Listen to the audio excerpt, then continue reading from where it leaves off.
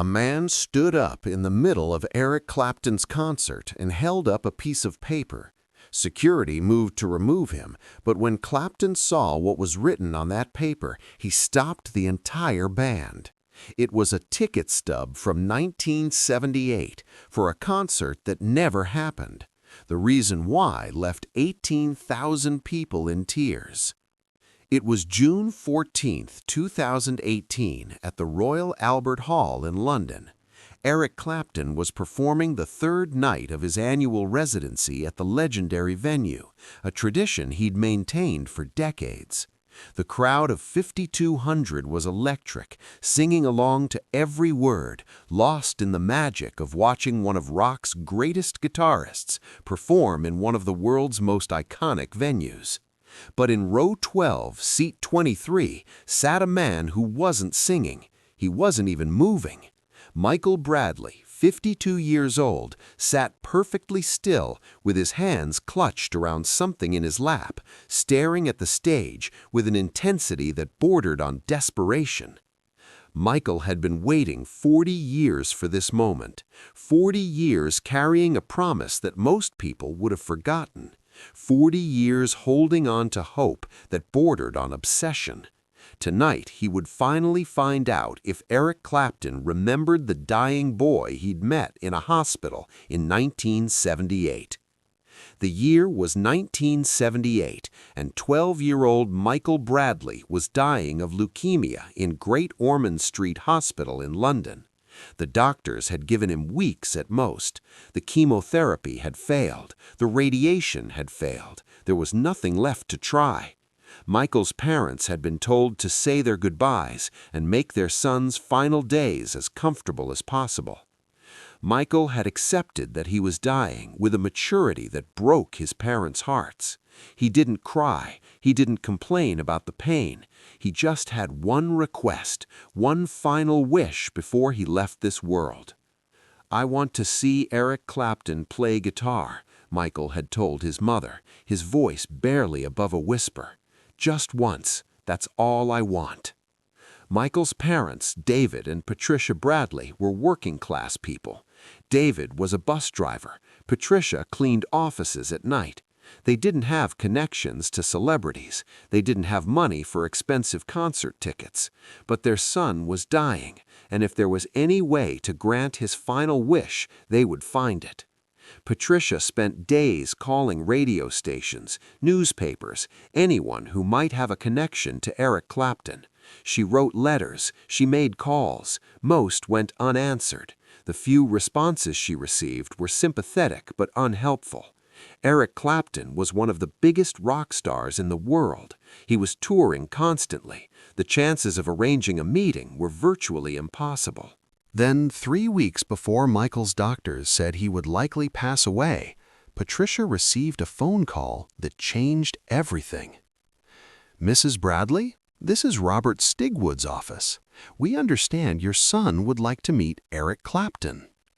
Robert Stigwood was Clapton's manager at the time. Someone, somewhere in the chain of letters and phone calls had gotten the message through, and somehow, impossibly, Eric Clapton had said yes. 2 days later, Eric Clapton walked into Michael Bradley's hospital room. Michael was barely conscious when Clapton arrived. The disease had ravaged his small body. He was pale, thin, and so weak he could barely keep his eyes open. But when he saw Eric Clapton standing in his doorway, holding a guitar, Michael's eyes went wide. "Hello, Michael," Clapton said softly, pulling up a chair beside the boy's bed. "I hear you're a fan." Michael could only nod, tears streaming down his face. He couldn't believe Eric Clapton was actually there, in his room, sitting beside his bed. Clapton spent the next hour with Michael. He played songs on his acoustic guitar right there in the hospital room. He played Wonderful Tonight. He played Lay Down Sally. He played whatever Michael requested, his fingers moving across the strings with the same skill and passion he brought to stadium concerts. The nurses gathered outside the room listening. Other patients' families crowded in the hallway. Even some of the doctors stopped their rounds to hear Eric Clapton perform an impromptu concert for a dying child. When Clapton finished playing, he did something that would haunt Michael Bradley for the next 40 years. He reached into his jacket pocket and pulled out a ticket. It was a ticket to his upcoming concert at the Rainbow Theatre in London, scheduled for 3 weeks later. Both Clapton and Michael knew Michael wouldn't be alive to attend, but Clapton handed him the ticket anyway. "You're going to beat this," Clapton told Michael, looking him directly in the eyes. "You're going to get better, and when you do, you're going to come see me play. I'll be looking for you in the crowd. That's a promise." Michael, barely able to speak, whispered, "I promise too." Clapton leaned down and wrote something on the back of the ticket. Then he hugged Michael gently, careful not to hurt his fragile body, and left the room. When Michael looked at what Clapton had written on the back of the ticket, fresh tears filled his eyes. "For Michael Bradley, the bravest person I've ever met. I'll see you again. Eric Clapton, April 15th, 1978. Michael clutched that ticket like it was made of gold. His parents, knowing their son wouldn't live to use it, considered it a beautiful gesture, a kind lie meant to give their dying child hope in his final days. But then something impossible happened. Michael didn't die. 1 week passed, then 2, then 3. Michael missed the concert, but he was still alive. The doctors were baffled. The leukemia hadn't gone away, but it had stopped progressing. Michael's condition, while still critical, had stabilized. "We don't understand it," Michael's doctor told his parents. "By all medical logic, Michael should have passed away weeks ago, but something is keeping him fighting." Michael knew what it was. He had a promise to keep. He had told Eric Clapton he would come to a concert, and Michael Bradley didn't break promises.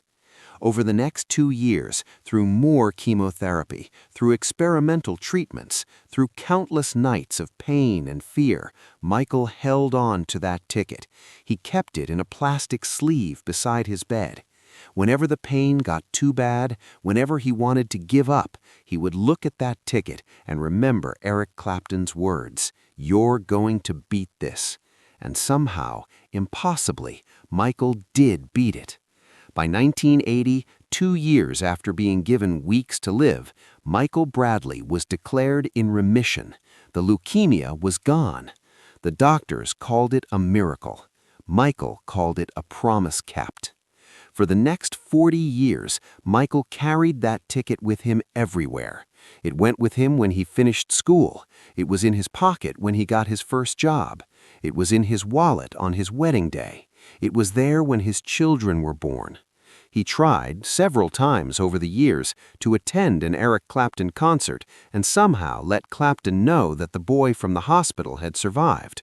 But he was always too far back in the crowd, just another face among thousands. His letters went unanswered, lost among the mountains of fan mail a celebrity like Clapton received. Michael began to accept that Eric Clapton had probably forgotten about him. 40 years had passed. Clapton had met thousands of fans, played hundreds of hospitals, made countless kind gestures. Why would he remember one sick boy from 1978? But Michael never forgot, and he never stopped carrying that ticket. In 2018, when Michael saw that Clapton was performing at the Royal Albert Hall, he knew this was his chance. Not to get Clapton's attention necessarily, but to honor the promise they'd made to each other 40 years earlier. Michael would attend the concert, fulfilling his half of the promise, even if Clapton never knew. Michael bought a ticket, a real one this time, one he could actually use. Row 12, seat 23. Not front row, but close enough to see Clapton's face, to watch his fingers on the guitar, to remember that day in the hospital when a rock legend had given a dying boy hope. As the concert progressed, Michael sat quietly, watching Clapton perform with the same brilliance he'd had 4 decades earlier. The music washed over him, and Michael felt transported back to that hospital room, back to being 12 years old and terminal, back to the moment when Eric Clapton had promised him a future. Then Clapton began playing Wonderful Tonight, the same song he'd played in Michael's hospital room all those years ago. Something inside Michael broke. The emotion he'd been holding back for 40 years came flooding out. Before he could stop himself, before he could think about what he was doing, Michael stood up from his seat. He reached into his wallet and pulled out the ticket, the 1978 ticket to the Rainbow Theater, the ticket he'd carried for 4 decades, the ticket with Eric Clapton's handwritten message on the back. Michael held it up above his head, his hands shaking, tears streaming down his face. The people around him noticed first, then the people in front of him turned around. Within seconds, dozens of concertgoers were staring at Michael, who stood in the middle of row 12, holding up a faded piece of paper. 2 security guards noticed the disturbance and began moving toward Michael's row. Concert policy was clear: no disruptions during the performance. Whatever this man was doing, he needed to sit down or be removed. But Eric Clapton noticed too. He was in the middle of Wonderful Tonight, his fingers moving automatically through the familiar chords, when something in the audience caught his eye. A man standing up, holding something above his head, clearly emotional about something. Clapton had seen plenty of emotional fans over the years. This should have been nothing unusual. But something about this man's expression stopped him. There was something in the way he was standing there, something desperate and hopeful and heartbreaking all at once. Clapton stopped playing. The band, confused, gradually fell silent. The entire Royal Albert Hall went quiet as 5,200 people turned to see what had caused the music to stop. "Sir," Clapton said into his microphone, his voice echoing through the venue, "what are you holding?" Security had reached Michael's row, but they stopped when they heard Clapton's question. Everyone waited. Michael, shaking, called out in a voice thick with emotion, "It's a ticket from 1978. You gave it to me in the hospital. You told me I'd beat it and come to your concert." The arena was dead silent. Clapton stood frozen on stage, his guitar hanging from his shoulder, staring at the man in row 12. "What's your name?" Clapton asked. "Michael Bradley," the answered. "I was 12 years old. I had leukemia. You came to Great Ormond Street Hospital in April 1978. You played for me in my room. You gave me this ticket and told me I'd get better." Clapton's face went pale. His hand came up to his mouth. And then, in front of 5,200 people, one of rock's greatest legends began to cry. "Michael," Clapton whispered, but his microphone carried the word through the entire venue. "Michael Bradley." He remembered. Clapton stepped away from the microphone and spoke to his band and crew. Then he turned back to the audience. "Ladies and gentlemen," Clapton said, his voice breaking, 40 years ago, I met a little boy who was dying. I gave him a ticket to a concert I didn't think he'd live to attend. I made him a promise, and I forgot. I forgot about him, but he didn't forget. He kept his promise, and now, 40 years later, I need to keep mine." Clapton gestured to security, but this time with a different instruction. "Bring him to the stage." The crowd erupted in applause as security helped Michael out of his row and escorted him toward the stage. Michael walked down the aisle in a daze, still clutching the 40-year-old ticket, unable to believe this was happening. When Michael reached the stage, Clapton came to the edge and helped pull him up. The 2 men stood face to face for the first time in 40 years. Michael, now 52, Clapton, 73, both with tears streaming down their faces. Clapton pulled Michael into a hug that lasted a full minute while the audience watched in reverent silence. "You made it," Clapton whispered in Michael's ear. "You actually made it." "I had a promise to keep," Michael whispered back. Clapton took the ticket from Michael's hand and looked at it. The paper was yellowed with age, creased from years of being carried in a wallet, but Clapton's handwriting was still visible on the back.